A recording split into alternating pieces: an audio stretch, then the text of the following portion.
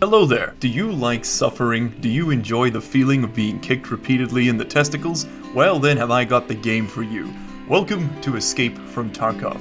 This game is a super realistic, super hardcore first-person shooter, which has come highly recommended by my community over on our Discord server, which you can find a link to down in the description below. That said, these episodes are going to be pretty long, so make sure you've got a snack and a nice drink. Settle back, put it on your second monitor, probably just mute it, really, no one wants to listen to this, and I'll see you in the video. I'm small now. Alright, here we are in the main menu of Tarkov. Now, we are actually going to be playing with some additional rules for this challenge. It's going to be a hardcore playthrough, but I will go through those in a second. First, I'm going to go over the basics of the game for those who don't know anything about it.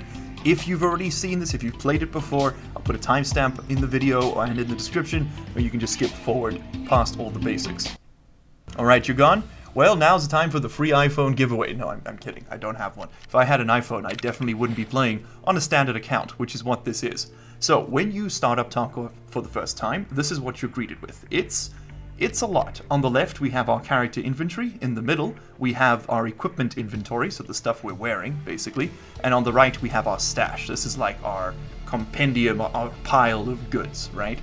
Now, when you start the game on a standard account, you get this equipment, basically. And you get this thing over here, which is a little pouch. All of this stuff, if you're killed in-game, can be taken by other players, right? Or scavengers, or the AI that runs around the game.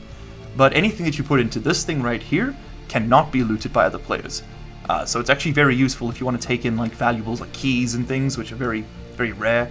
Then you can keep them in here and no one can take them from you. But everything else, that can be lost. Every time you go in, you roll the dice about whether or not you're going to leave with anything. So normally, if I were to, let's say, take this and throw it over here, that's my tactical rig. It goes on the chest. Backpack goes on the back, obviously. You have your pockets, which you always have, so that's not equipable. That's just on your legs.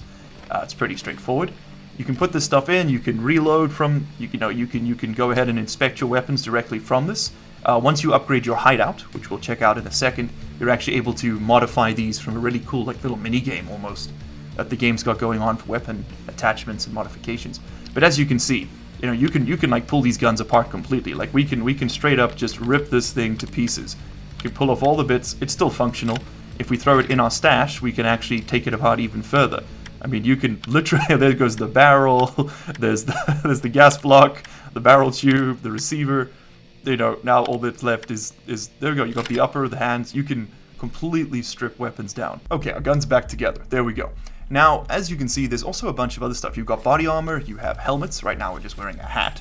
You have these headsets, which are really essential. They amplify soft sounds in the game. So standard hearing is terrible, as you're about to see. But the amplified hearing is really good. So like gunshots are quieter, footsteps are louder. Each different kind of headset has a different sound profile.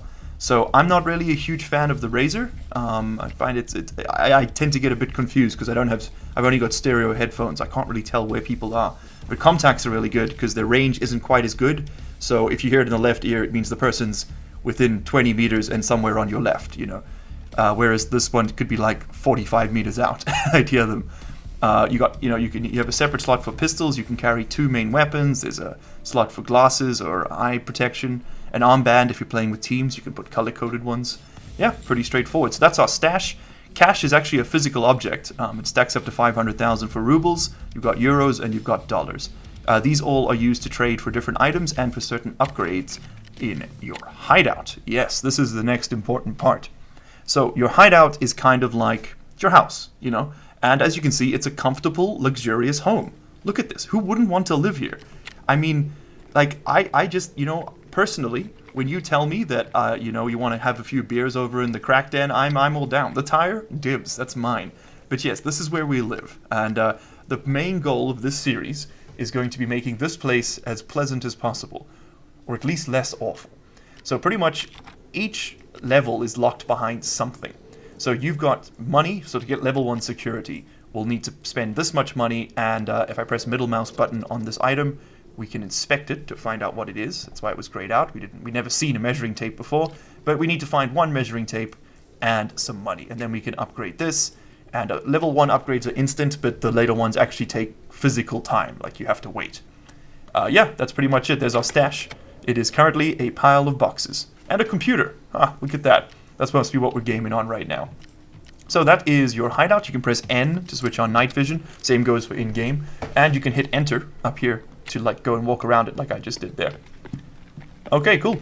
So we now actually need to head on out and back to the main menu. Oh, last thing, trading.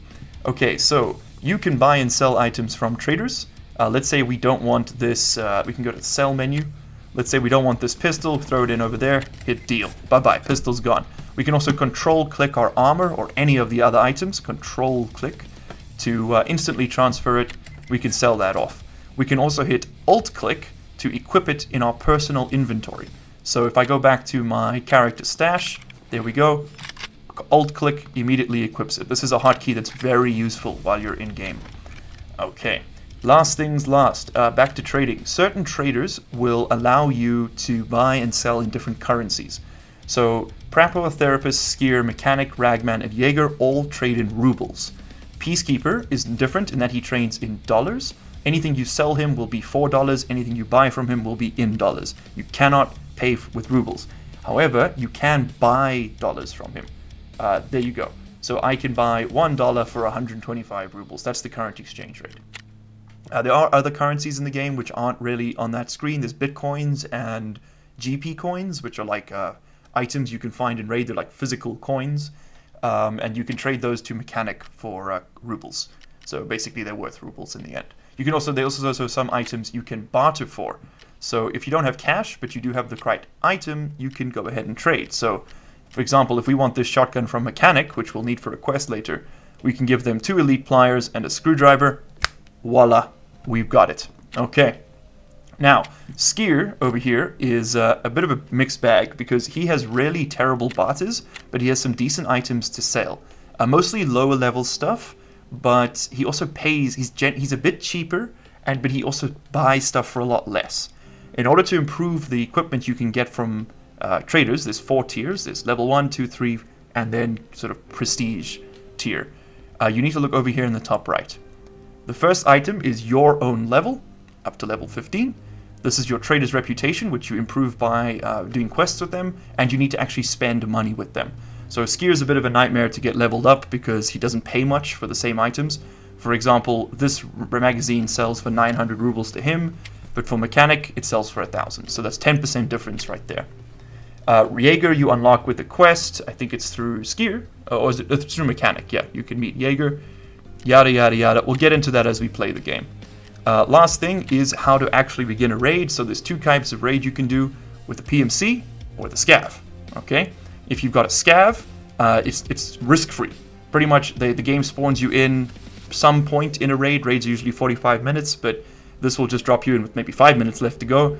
And you've got to go and get out with whatever equipment he's got. You can kill people. The AI in the game won't be hostile to you if you play as a scav. If you play as a PMC, though, anything you bring into raid is at risk of being stolen or taken.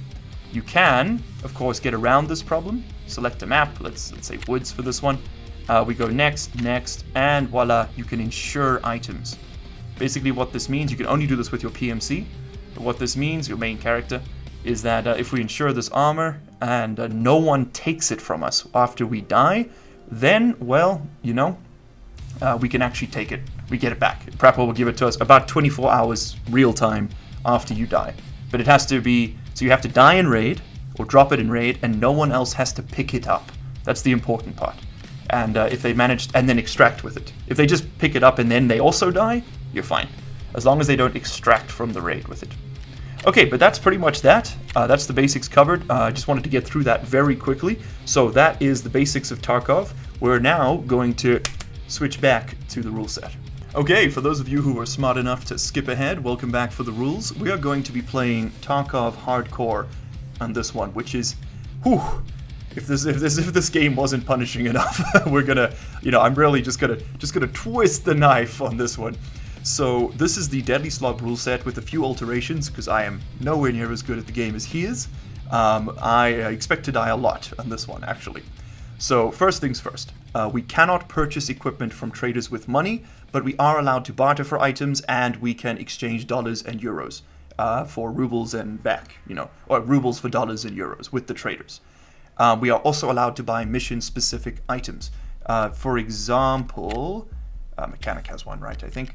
Yeah, there are certain quest items, like this thing right here, which is some pliers. You can't find this in Raid, so if we die and we lose it, we'll need to buy another one. So you're allowed to buy these brown items, basically the specials, and that's the only exception. No use of the flea market or of insurance of any kind.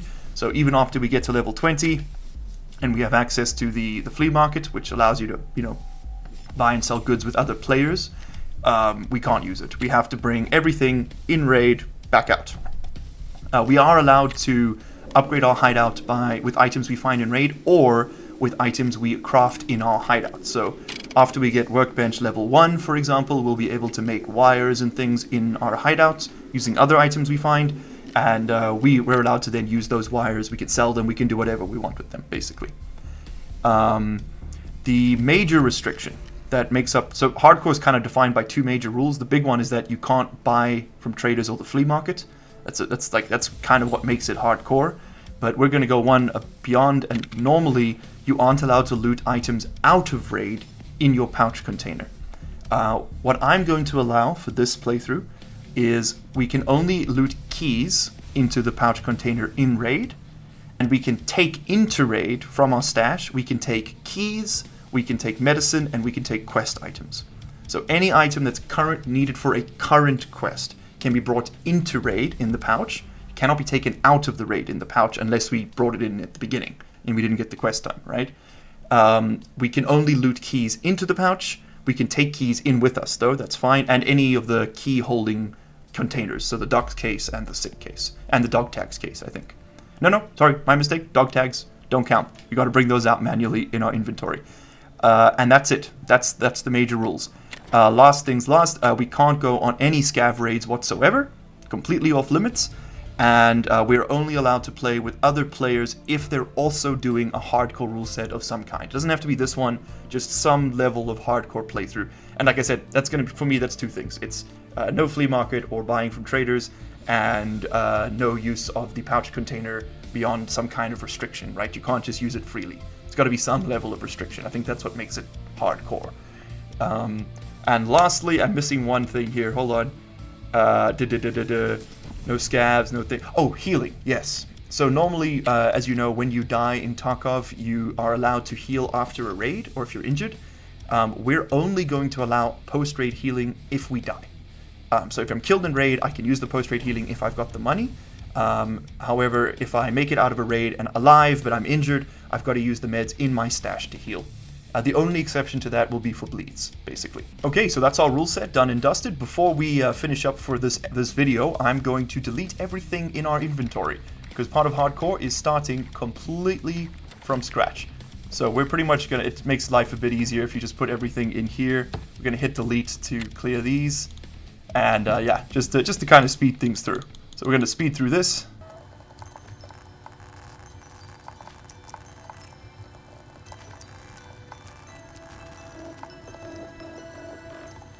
Okay, there we go. We are now completely blank.